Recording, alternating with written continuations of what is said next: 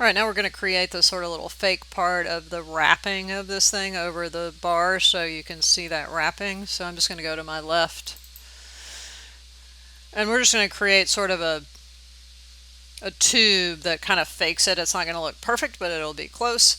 So I'm just going to maybe pick this and pick this, and I'm just going to hide those elements for right now. And maybe this one as well, just to give myself a clear area to work. So I'm going to go to Create, Extrusion. I want to confirm that we're set on the same one that we made this for, right? So we are the SL1 strap 1. I'm going to go to my circle here. Again, I'm under Extrusion, right? So go to my circle. I'm going to create a circle here, right? And I'm going to come into Annotate, and I'm going to go to Diameter. And I'm going to create a diameter in there. Let's go ahead and change this to 1.5 so we can see it. Hit Escape a couple of times. So I'm going to set that diameter to the frame width, or the frame diameter, so it always stays the same. Then I'm going to create another circle. Oops, go back to model creation for the extrusion, and I'm going to create one out here, and this one wants to be the same depth as that guy, which I think was 1/8 of an inch, right? So I'm going to pick this. I'm going to go to Annotate and do a diameter for this guy. We'll pull it over here, and we'll make this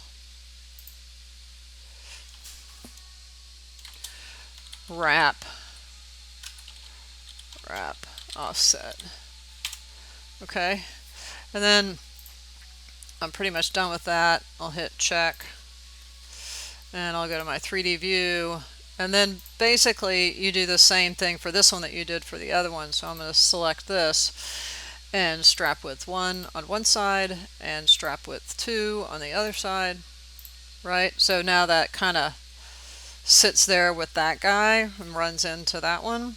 The other thing I forgot to do, and you'll need to do this for each one, is pick them and put a material parameter on it if you want to assign a material. So if I click on this, I go to new, that would be strap mat, right? Okay. And then we would do the same thing down for at the bottom. So go back to the left. Let's go down to the bottom, and let's just hide element there. Hide all our elements. Right. So we're working in a clean area, and then again go to Create Extrusion. We're still set on that same reference plane. You could double check it if you wanted to.